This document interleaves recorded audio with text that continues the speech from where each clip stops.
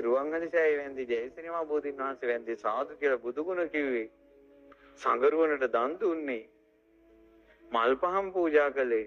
පිරිත් කිව්වේ සිංහල මිනිහනේ. ඒ වගේනේ මිනිස්සු සුගතිය යන්නේ. මොකටනම් බය වෙන්නද? නේද? අනිතක මිනිස්සෙක් ඉදිරියට ආවත් එන්නේ ජාතිය බේරගන්නනේ. ආගම බේරගන්නනේ. ජාතියයි ආගමයි දෙක එකටනේ තියෙන්නේ. සිංහල මිනිහත් එක්කනේ බුද්ධ ශාසනය තියෙන්නේ. බුද්ධ ශාසනයත් එක්කනේ සිංහල මිනිස්සයා ඉන්නේ. පැහැදිලි නේද? ඒ නිසා ආගම ජාතිය බේරගන්න හදන මිනිස්සෙක් ඉන්නවනම් ආගම ජාතිය බේරගන්න හදන මිනිස්සයාගේ වචනයෙන් පවා පිං රැස්වෙනවා. ඒ මිනිස්සු තමයි අනාගතයේ මේ සිංහල මිනිස්සයාගේ සුගතිය රකින්නේ. නිවන රකින්නේ. බුද්ධ ශාසනය ඉදිරියට ගෙනියන පරපුර රකින්නේ අද ආගම ජාතිය බේරගන්න මිනිස්සයා.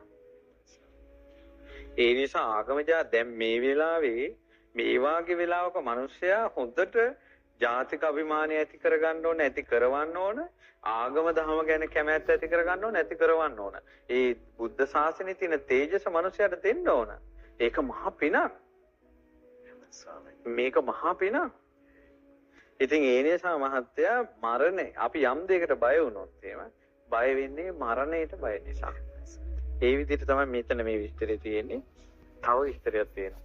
ස්වාමීනි තව කාරණාවක් විමස ගන්න හිතෙනවා මේ වෙනස් කාරණාවක් දැන් අපේ රණවිරු දූ දරුවන් අපිට නිදහස ලබා ගැනීම කියන කාරණාවේදී අපි මෑත ඉතිහාසය ගැන හිතලා බැලුවත් එහෙම අපේ දෙමව්පියන්ගේ දරුවෝ ඒගොල්ලෝ මේ විශාල මේ ජීවිතය අතහැරලා රටදැය ආගම කියන කාරණාවන් දිගේ ජීවිත අතහැරීම නිර්ලෝභීව සිදු කළා ස්වාමීනි.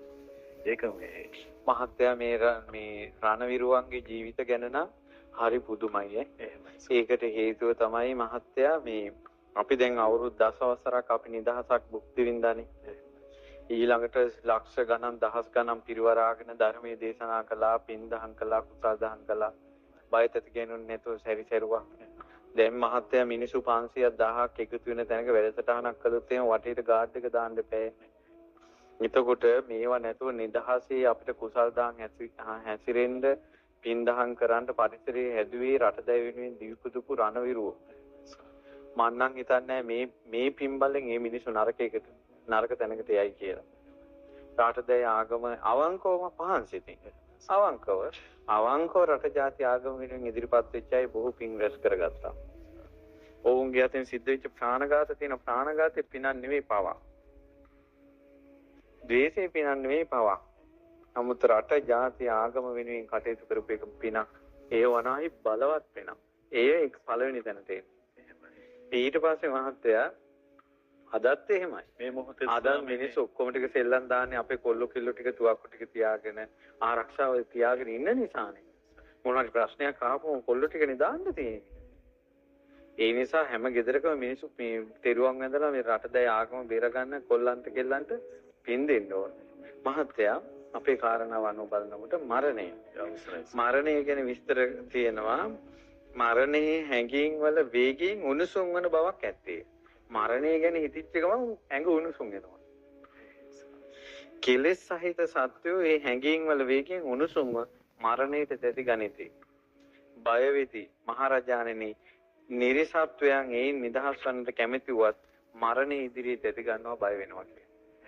ඒතෝ මරණය කියන සිතුවිල්ල බය කරවනවා. මරණය කියන සිතුවිල්ල බය කරවනවා.